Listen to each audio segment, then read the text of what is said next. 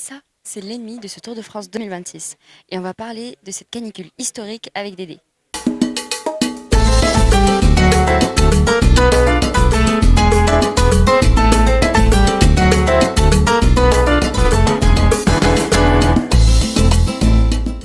Coucou Dédé, Coucou Moustique. ça va? Très bien Mina. Moi ça va pas du tout. Ah bon? Non, il Comment fait ça trop se fait? chaud. Il fait trop chaud. Et justement, Ah tous ouais, les c'est jours, abusé. on parle d'histoire. Mais aujourd'hui, on va parler d'un fait historique qui va rester ici, la canicule. Et ouais, on va parler de canicule, on va parler de chaleur, on en a parlé déjà à quelques reprises. On est quand même aujourd'hui sur une journée qui est très très chaude puisqu'on est en alerte, en vigilance rouge. La direction du Tour a décidé de prendre des mesures. La mesure étant de raccourcir l'étape, de retirer 30 km, une trentaine de kilomètres, la boucle qui va vers le sud, et donc de tirer tout droit de Brive-la-Gaillarde jusqu'à Lanteuil pour raccourcir une partie de l'étape pour qu'il y ait moins de kilomètres et pour que les coureurs aient moins à souffrir. Donc ça, c'est la première fois que le Tour de France coupe une étape pour des raisons liées à la chaleur. On a eu des coupures d'étapes ou des étapes raccourcies pour des éboulements, pour de la neige, pour du verglas, pour de la grêle comme à Tignes il y a quelques années.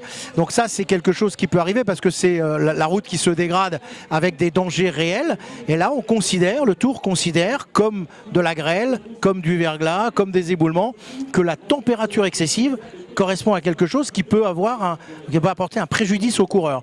Donc ils ont pris cette décision, qui est une décision qui est historique, mais qui va peut-être avoir des prolongements dans l'avenir, parce que si on le fait une fois, on va peut-être le faire d'autres fois encore.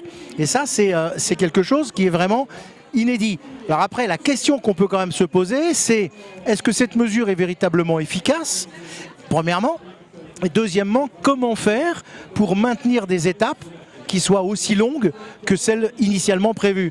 L'une des solutions, me semble-t-il, c'est d'apporter des technologies, comme on a fait des vélos plus modernes, des vélos qui vont plus vite, les freins à disque, les oreillettes, la légèreté des carbones, etc. On peut très bien aujourd'hui imaginer et utiliser des technologies qui sont des technologies pour rafraîchir. Ça se fait déjà. Alors évidemment, c'est la glace, ce sont des gilets qui absorbent une partie de la chaleur. On peut imaginer beaucoup de choses et puis il y a probablement encore des choses à inventer. La solution, elle est simple.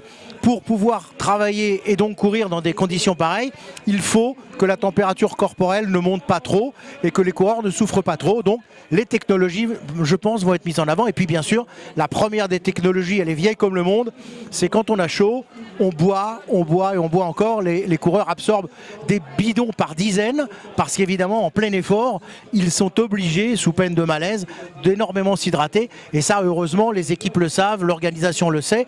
Et donc, on met à disposition des motos fraîcheurs. Les équipes ont leur bidon, leur ravitaillement. Donc tout ça, ça fait partie de ce qu'il va falloir mettre en place et imaginer pour qu'à l'avenir, on puisse avoir un Tour de France qui se déroule dans des conditions climatiques extrêmes. Bon, bah merci beaucoup Dédé. Merci Amina et à bientôt. À bientôt.